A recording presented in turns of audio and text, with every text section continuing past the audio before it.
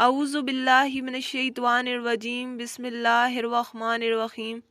السلام علیکم خواتین و حضرات، آج ہم بیان کریں گے حضرت موسیٰ علیہ السلام اور حضرت خضر علیہ السلام کا واقعہ۔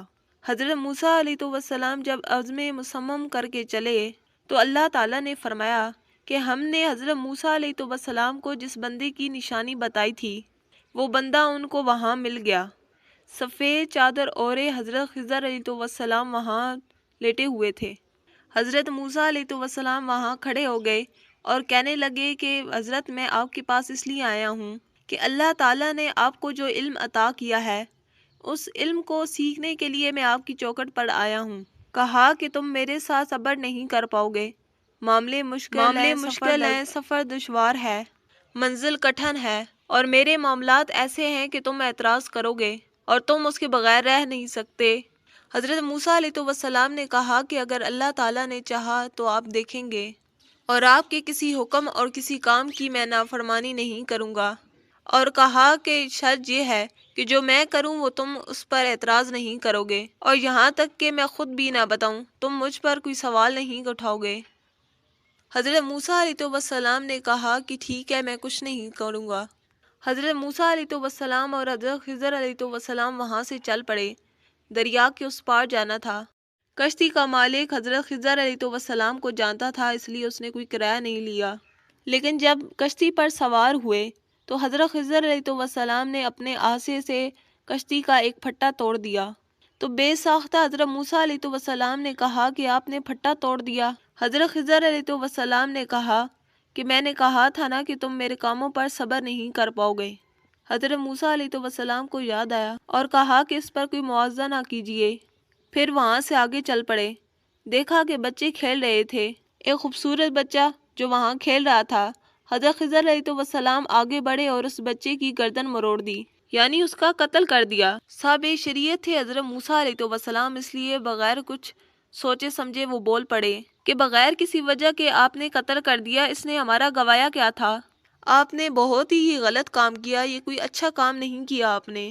آپ نے پھر کہا کہ میں نے کہا نہیں تھا کہ تم میرے ساتھ صبر نہیں کر پاؤ گے۔ حضرت موسیٰ علیہ السلام نے کہا کہ مجھے ایک اور موقع دے دیجئے، اگر اس کے بعد میں نے کوئی سوال اٹھایا تو آپ مجھے اپنی صحبت میں نہ رکھیے گا۔ پھر دونوں آگے چل پڑے، یہاں تک کہ ایک بستی میں آئے اور لوگوں سے کہا کہ ہم دونوں مہمان ہیں، ہماری مہمان نوازی کیجیے، ہمیں کھانا کھلائیے۔ انہوں نے انکار کر دیا، کہا کہ ہم نے تو آپ کو بلایا ہی نہیں ہے، آپ خود آئے ہیں، اس لیے اپنے کھانے کا خود انتظام کیجیے۔ گلی سے گزر رہے تھے کہ دیکھا کہ ایک دیوار گرنا چاہ رہی تھی۔ آپ نے جلدی سے اس دیوار کو مرمت کر دیا۔ حضرت موسیٰ علیہ السلام نے کہا کہ حضرت ہم چاہتے تو اس پر اجرت لے سکتے تھے، انہوں نے ہمیں کھانا نہیں دیا اور ہم ان کی دیواریں سیدھی کر رہے ہیں۔ اور کہا کہ تمہاری اور میری جدائی ہو گئی، تم نے یہ بھی اعتراض کر دیا۔ تو انہیں یاد آیا کہ میں نے تو یہ بھی اعتراض کر دیا۔ تو تب حضرت خضر علیہ السلام نے کہا کہ میں تمہیں بتاتا ہوں کہ میں نے یہ 3 کام کیوں کیے، اور کہا کہ پہلی بات سنو کہ وہ کشتی وہ 2 مسکین لوگوں کی کشتی تھی، اس کشتی سے ان کے گھر کا چولہا جلتا تھا۔ دریا کے کنارے ایک ظالم بادشاہ رہا تھا جو لوگوں کی کشتیاں چھین رہا تھا، تو وہ ٹوٹی کشتی چھوڑ کر چلا گیا۔ اب وہ تھوڑے سے پیسے لگا کر چھوڑ کر چلا کرا لیں گے اور ان کے گھر کا چولہا جلتا رہے گا۔ اب بتاؤ کہ اچھا کیا کہ برا کیا؟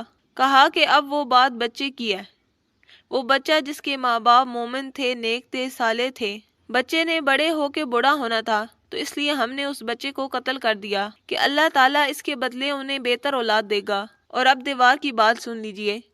یہ دیوار ان 2 مسکین بچوں کی تھی جن کے دیوار کے نیچے خزانہ تھا۔ ان کا باپ بڑا نیک تھا، خزانہ دیوار کے نیچے ہے، دیوار گرنا چاہ رہی ہے، کسی معمولی دھکے سے گر جاتی۔ صورتیں صرف 2 ہی تھی، یا تو وہ بچے خود اپنا خزانہ اٹھا کر لے جاتے یا لوگ لے جاتے۔ لوگ اگر اٹھا کر لے جاتے تو تب بھی کچھ ہاتھ نہ آتا، اور اگر بچے اٹھا کر لے جاتے تو بچے ہیں، فضول خرچی اور پیسوں کو اڑا لیتے۔ تو ہم نے اس کے اوپر دیوار کھڑی کر دی جب تک وہ بڑے نہیں ہو جاتے کہ وہ یہ خزانہ کسی اچھی جگہ لگا سکیں، تب تک یہ دیوار گرے گی نہیں۔